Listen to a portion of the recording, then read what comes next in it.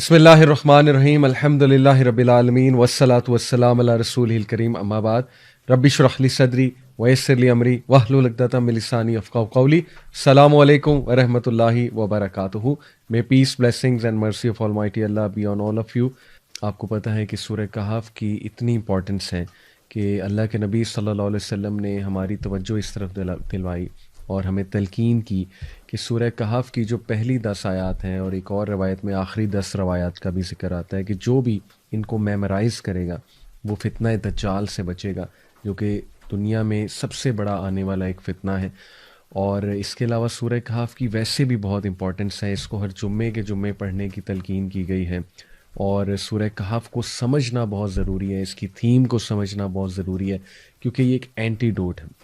یہ anti doubt ہے فتنے کے دور میں فتنوں سے بچنے کے لیے، اور اس میں پراپر گائیڈ لائنز ہیں اس کی سٹوریز میں، اس کی تمام آیات میں. چونکہ اس میں 4 سٹوریز جو ہیں وہ ڈسکس ہوئی ہیں، اور آپ کو پتہ ہے کہ پہلی سٹوری اصحاب کہف کی ہے، دوسری سٹوری جو ہے وہ 2 ایسے لوگوں کی ہے جن کے گارڈنز تھے، ان میں سے ایک متکبر ہو گیا، پرائڈ میں مارا گیا، دوسرا جو ہے وہ ہمبل تھا. So basically the story of man of 2 gardens.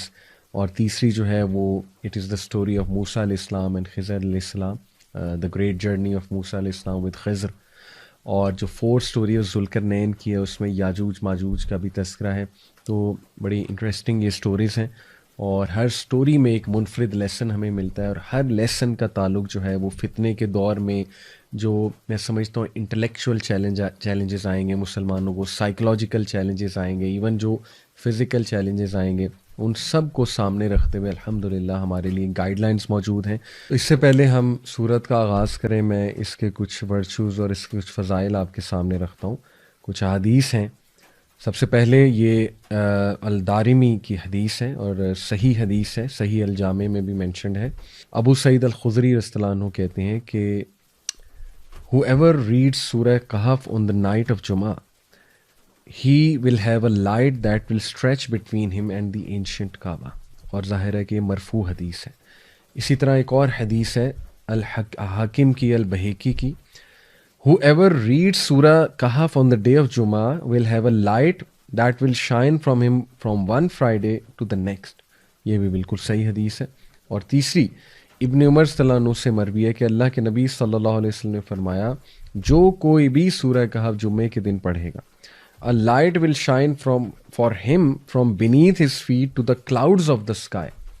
وہ روشنی کی مانند اس کے لیے چمکے گی، اور بلکہ ایک روشنی اس کے لیے چمکے گی جو کہ اس کے فیٹ سے لے کے کلاؤڈز آف سکائی تک جائے گی، اور جو قیامت والے دن بھی اس کے لیے شائن کرے گی. which will shine for him on the day of resurrection and he will be forgiven his sins between the 2 Fridays. سبحان اللہ. جو مائنر سنز اس نے کیے ہوئے ہیں ایک فرائیڈے سے دوسرے فرائیڈے تک، وہ اللہ سبحانہ تعالیٰ معاف کر دیں گے. تو یہ بھی صحیح حدیث ہے. اور اس کے علاوہ اس کی امپورٹنس ابو درداء صلی اللہ عنہ سے مروی ہے، صحیح مسلم کی حدیث ہے کہ اللہ کے نبی صلی اللہ علیہ وسلم نے فرمایا، whoever memorizes 10 verses from the beginning of Surah Kahf will be immune to the false messiah. اور ایک اور روایت میں لاسٹ 10 ورسز کا بھی ذکر آتا ہے.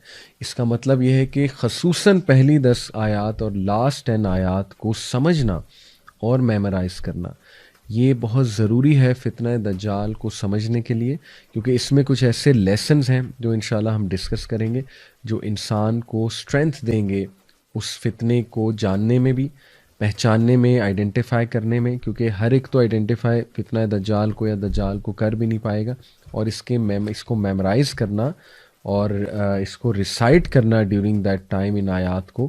اور انفیکٹ دجال اللہ نہ کرے کو فیس کرے، لیکن دجال سامنے آ جائے تو پھر اس کے سامنے بھی ریسائٹ کرنے کا بائی ہارٹ جس کو یاد ہوگی، اس کا جو ہے وہ بڑا فائدہ ہے. فتنہ دجال کے حوالے سے بھی کچھ میں انشاءاللہ ڈسکس کرنا چاہوں گا، آپ کے سامنے روایات رکھنا چاہوں گا تاکہ اس فتنے کو بھی ہم انڈرسٹینڈ کریں. دیکھیں، دجال کے آنے سے پہلے اس کے لیے ایک ایسی دنیا بنائی جائے گی، اس کے جو ظاہر ساتھی ہیں، جو مددگار ہیں، اوبویسلی جو باطل ہے، وہ ایک سٹیج سیٹ کریں گے. دے ول سیٹ اے سٹیج، اور اس سٹیج میں 2 چیزیں بہت ضروری ہیں. کیونکہ دجال، the word dajjal is derive from the root word dajl. which means extreme deception, دھوکا. تو ایک تو ایسی دنیا قائم ہوگی وچ از فل آف فیکنیس، فیک ورلڈ اور فیک ویلیوز لوگوں کی، اور گاڈلی ورلڈ آرڈر سے نکل کے لوگ ٹوٹلی اپوزٹ ورلڈ آرڈر پہ آ جائیں گے، اور ہر چیز الٹی ہونے لگے گی. یعنی سچ جھوٹ لگنے لگے گا اور جھوٹ سچ لگنے لگے گا، اور ایکسٹریم پروپیگنڈے کا جو ہے وہ دور ہوگا، اور ایکسٹریم ایلوژنس کا، ہیلوسینیشنس کا دور ہوگا.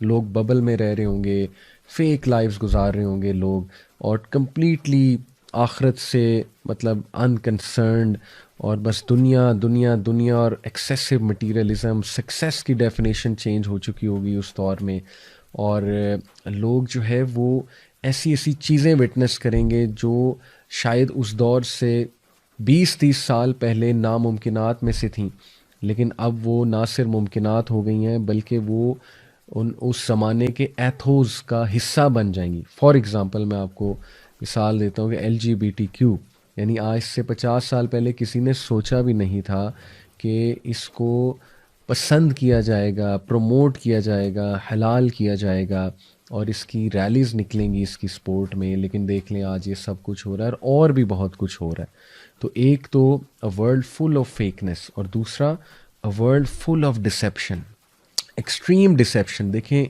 ڈسیپشن اور لائے میں فرق ہے.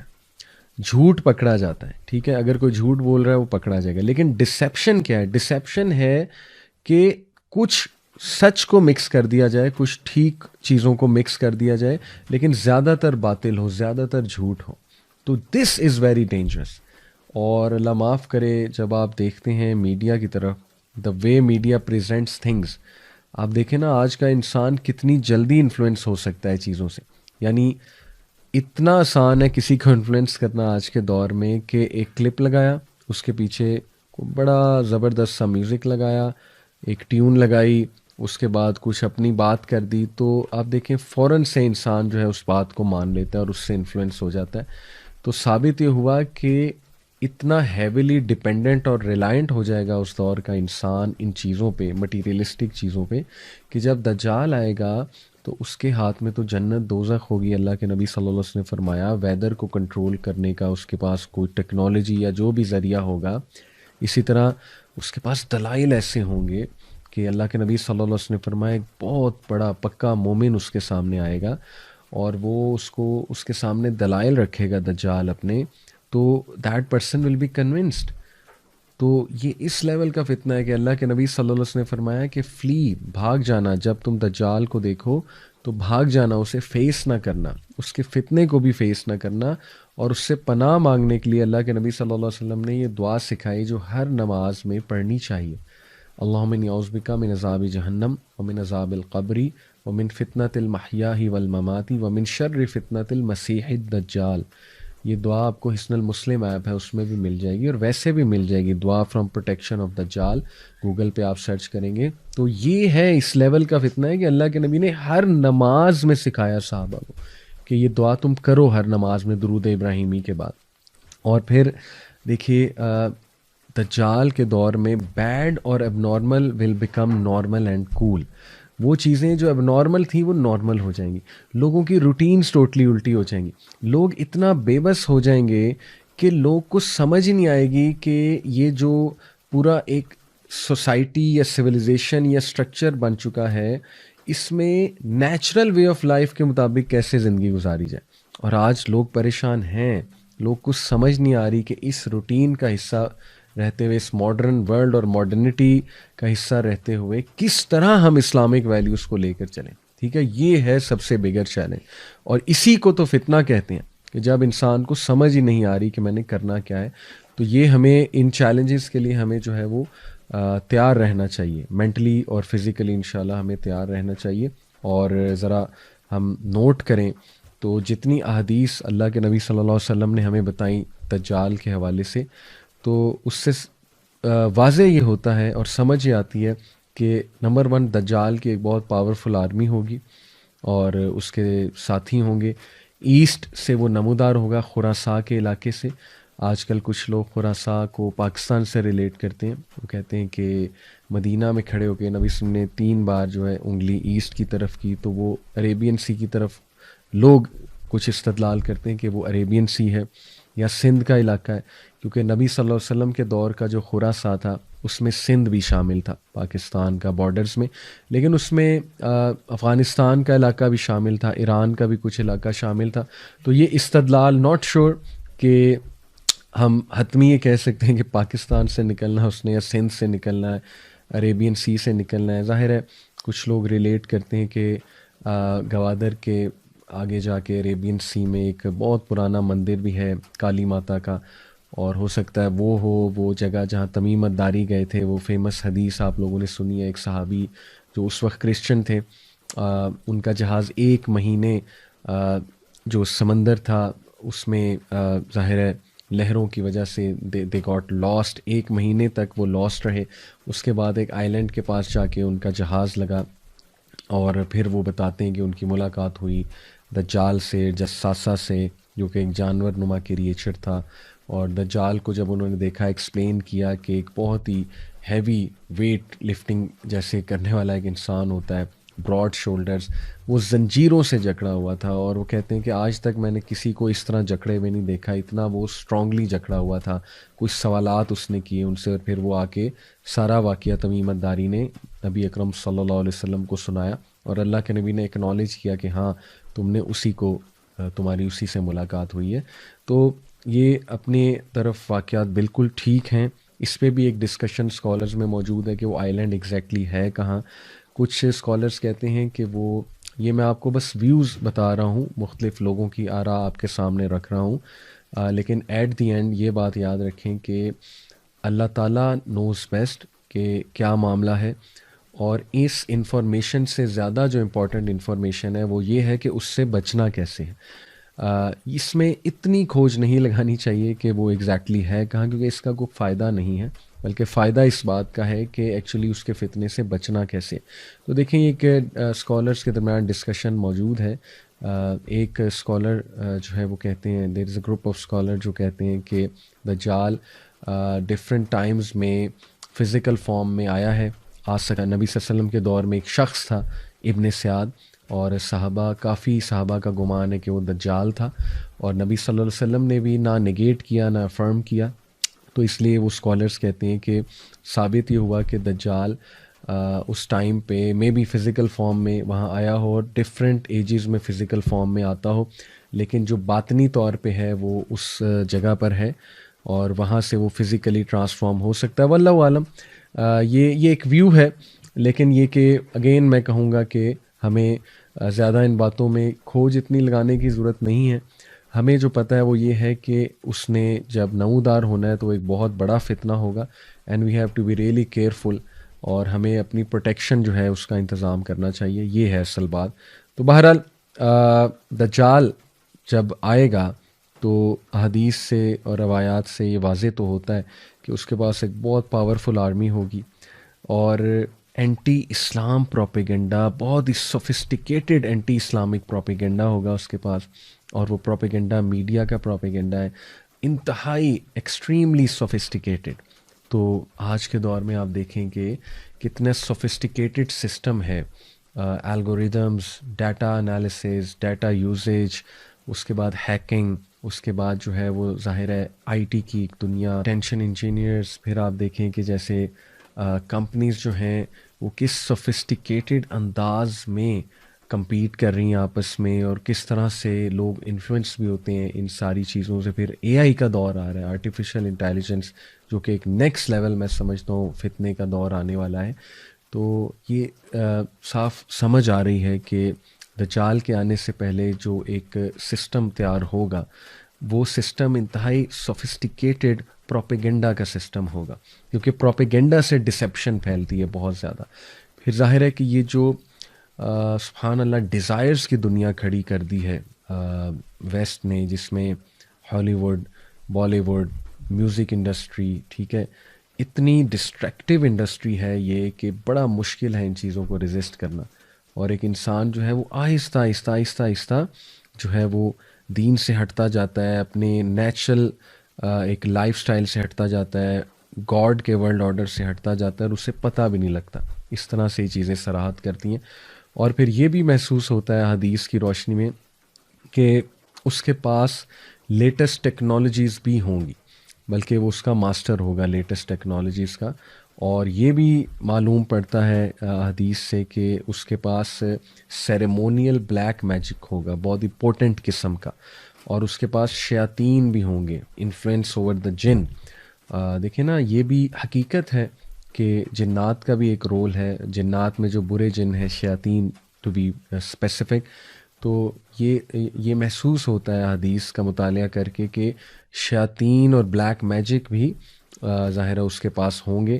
اور یہ بھی بات پتہ لگتی ہے حدیث کی روشنی میں کہ ایمینس ویلتھ ہوگی اس کے پاس، بہت زیادہ ویلتھ ہوگی، گلیمر ہوگا. اور اس کے آنے سے پہلے کچھ ایونٹس ایسے ہوں گے جو میں آپ کو بتا دوں، جیسے کہ گلوبل فیمن آئے گا، 3 سال تک جو ہے وہ فیمن آئے گا، قحط سالی. اور اس دوران اللہ کے نبی صلی اللہ علیہ وسلم سے صحابہ نے پوچھا تھا نا کہ اگر ہم اس دوران ہوئے تو ہم کیا کھائیں پیئیں گے، ہماری خوراک کیا ہوگی؟ تو نبی صلی اللہ علیہ وسلم نے کہا تھا ذکر کرو، سبحان اللہ، الحمد للہ، اللہ اکبر، لا الہ الا اللہ. یہ جو ذکر ہے اسپیشلی، اس کا صحیح مسلم کی روایت سے ثابت ہے کہ یہ تمہیں کافی ہو جائے گا، یہ والا جو ذکر ہے. تو ذکر کے آپ دیکھیں فزیکل اینڈ اسپرچول بینیفٹس دونوں ہیں. تو دیکھیں یہ آلدو تھوڑا سا لوگ کہیں گے کانسپریسی تھیوری ہے، لیکن یہ بھی پتہ لگتا ہے کہ سیٹینک کلٹس یا جو اکلٹ ریلیجنز ہیں، جو اینشینٹ سمبلز آف آئیڈولیٹری پر چلنے والے ہیں، اور جو فری میسنس کے بارے میں الومیناٹی کا بھی بڑا تذکرہ ہوتا ہے. تو دیکھیں یہ کلٹس ایک حقیقت تو ہیں، سیٹینک کلٹس اور یہ جو اکلٹسٹ ہوتے ہیں. تو یہ بھی ایسا لگتا ہے کہ وہ بھی اسی کی تیاری کے لیے لوگوں کی ذہن سازی کر رہے ہیں، اور maybe they are part of the دجالی فتنہ اینڈ دا دجال ورلڈ آرڈر ایز ویل. تو اس میں کچھ پری ایونٹس جو اس سے پہلے ہوں گے انشاءاللہ وہ میں آپ کے سامنے رکھتا ہوں. اللہ کے نبی صلی اللہ علیہ وسلم نے فرمایا، مسند احمد کی حدیث ہے، verily preceding the false messiah will be years of deception. دجال کے آنے سے پہلے ایکسٹریم ڈسیپشن کے ایئرز ہوں گے، یعنی اتنا لوگ کھو جائیں گے اس ڈسیپشن میں کہ سچ جھوٹ لگے گا اور جھوٹ جو ہے وہ سچ لگے گا، اور ہر چیز اپوزٹ ہونے لگے گی. اور بے حیائی جو ہے اس کی ڈیفینیشن ہی چینج ہو جائے گی، ٹرمینالوجیز ہی چینج ہو جائیں گی. لوگ جو ہے وہ جسٹیفائی کرنے لگیں گے سارے گناہوں کو، ساری چیزوں کو. تو یہ ایکسٹریم ایئرز آف ڈسیپشن ہے فالس مسایا سے کے آنے سے پہلے. اور پھر فرمایا، in which the truth are belied and the liars are believed, the trustworthy are discredited and the treacherous are trusted and the disgraceful speak. یعنی آپ سبحان اللہ دیکھیں کہ ہمارے نبی نے کلیئرلی بتا دیا کہ یہ معاملات چل رہے ہوں گے، اور باقاعدہ ڈسیٹفل اور ڈسگریسفل لوگوں کو ٹرسٹ کیا جائے گا، اور بلکہ وہ لوگوں سے مخاطب ہوں گے اور لوگ ان کو گلوبل ورلڈ لیڈر سمجھیں گے، ان ڈسیپٹیو لوگوں کو. تو سبحان اللہ، اس میں زیادہ ڈیٹیل میں مجھے جانے کی ضرورت نہیں ہے، آپ لوگ سمجھ جائیں گے بہت اچھے سے، جس کی کچھ نظر ہے ظاہر ہے کرنٹ افیئرس پہ کہ what actually is going to happen. سبحان اللہ. تو باقی یہ کہ انشاءاللہ مزید میں آپ کے سامنے جو ہے وہ احادیث رکھتا ہوں کہ اللہ کے نبی صلی اللہ علیہ وسلم نے، صحیح مسلم کی روایت ہے، یہ فرمایا کہ the people will flee from the false messiah into the mountains. اور یہ کون لوگ ہیں جو بچنا چاہتے ہیں؟ کہ لوگ دجال سے بچنے کے لیے، فالس مسیحا سے بچنے کے لیے پہاڑوں کا رخ کریں گے. اور یہ صحابیہ جو رپورٹ کر رہی ہیں اس حدیث کو، ام شارق، یہ کہتی ہیں کہ یا رسول اللہ، where will be the Arabs on that day? یا رسول اللہ، عربز کہاں ہوں گے اس دن؟ اللہ کے نبی صلی اللہ علیہ وسلم نے فرمایا، ہم قلیل، دے ول بی فیو، وہ بہت کم ہوں گے. اور یہ صحیح مسلم کی روایت ہے، حدیث نمبر 2945. تو یہ بھی اس کے آنے سے پہلے ایک سائن.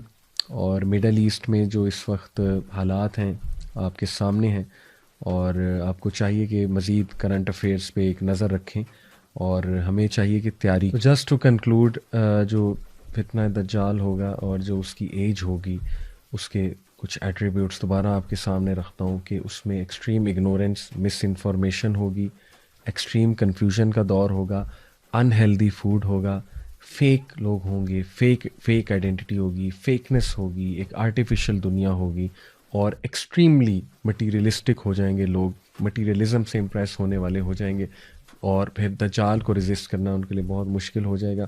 اور کچھ لحاف جو دجال لوگوں کے مائنڈز پر ظاہر ہے وہ لحاف آئیں گے تاکہ وہ ٹروتھ کو ریکگنائز نہ کر سکیں. اس میں ایک لیئر آف مس انفارمیشن ہے, layer of so called scientific آ ہے, لیئر آف ایکسٹریم ایلوژن ہے, اور لیئر آف گلیمر ہے.